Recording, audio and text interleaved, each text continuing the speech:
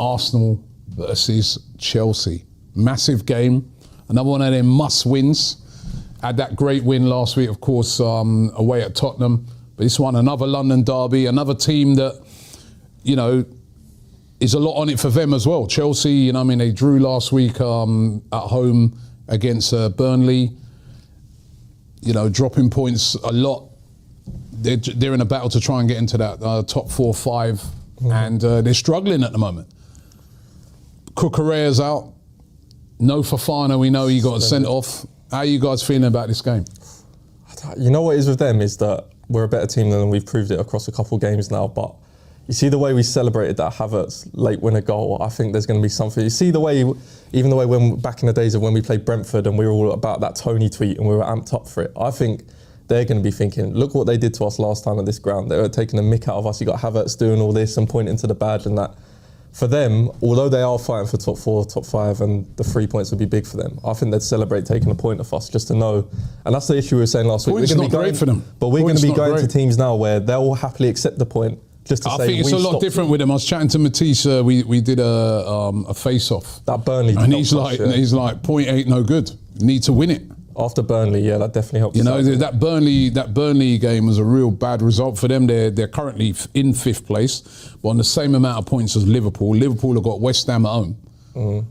They could slip out of. They bite your hands off for a draw. They've got plenty more games left in. The thing is, when you're playing, as we've done this before, when you're playing, challenging for Champions League, you can afford a couple of slip-ups and whatever to still get you in there. Like when you're going to the tile, it's different. Even the draw's no good now. So listen, there's plenty more twists and turns in that top 4. They'd be delighted to take a point off us on Sunday like that. It'd be a good point for them.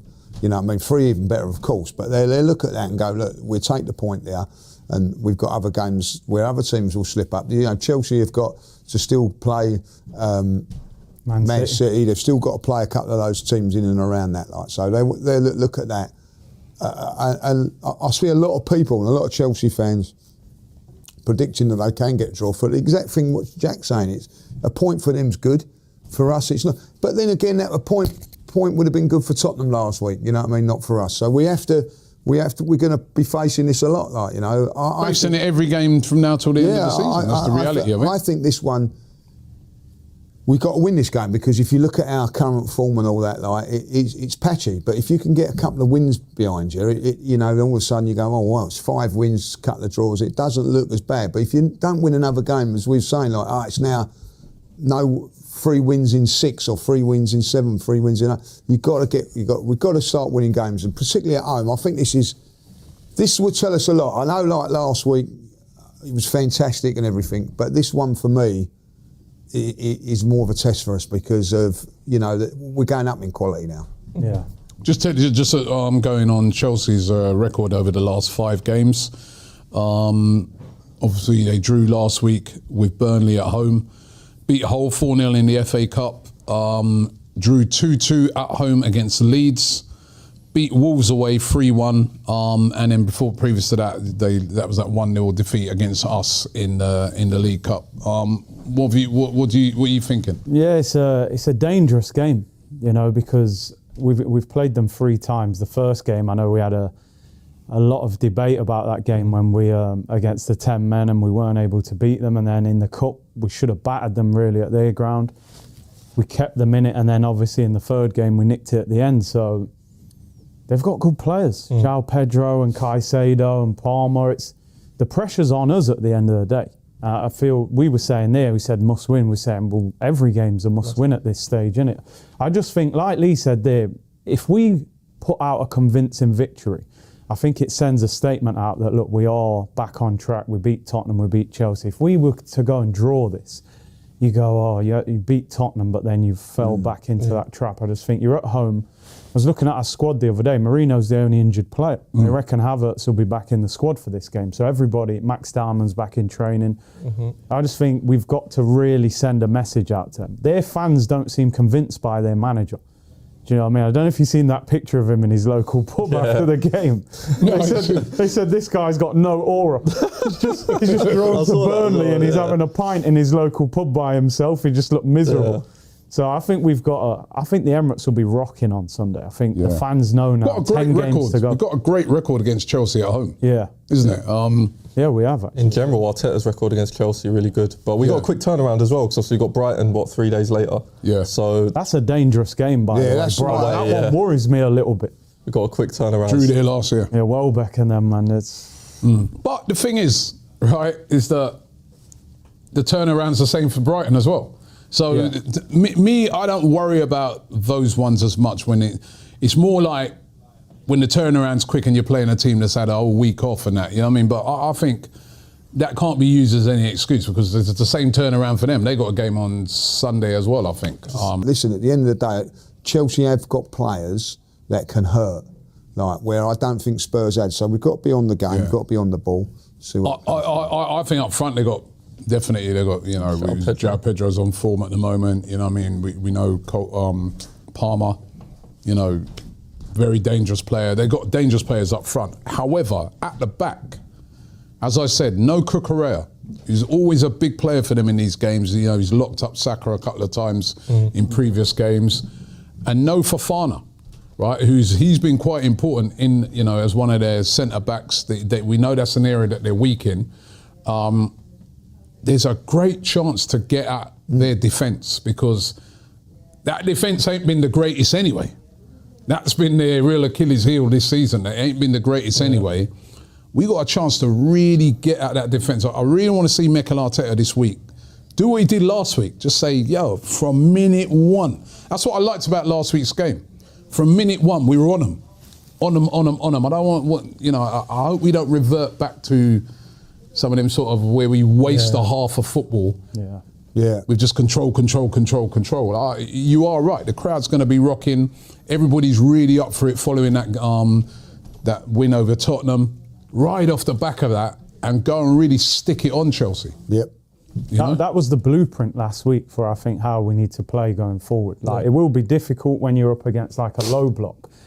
But I think the team picks itself. I think you picked the same 11 as last week. I know Trossard wasn't at his best, but would you not play maybe Havertz? You know, based off of the same principle of playing Eze. Who are you playing him he over, always by the way? scores. Who are you playing Havertz over? You can't drop Eze or Gyökeres after that game. And he's just come back from injury as well. But just sticking a guy in there always Chelsea. He always seems to score against Chelsea. I think maybe like unless he puts Eze on the left and there Havertz could be. I think Odegaard might come into this game. I agree as well. I can see it. I'm not saying Eze should be dropped. I want Eze to start this game, especially to kick on to some type of form. Look at the competitions we're in now.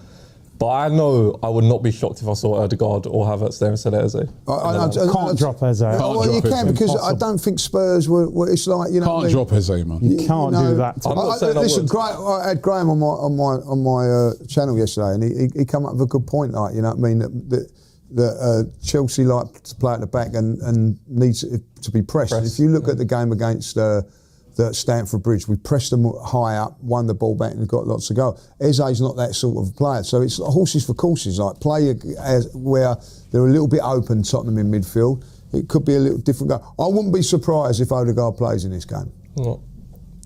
I think that'd be a mad. I get what you're saying, horses for courses, but we've waited all season and you've got him going, and then you go, we're going to rest you. And I remember them comments he made where he said the manager.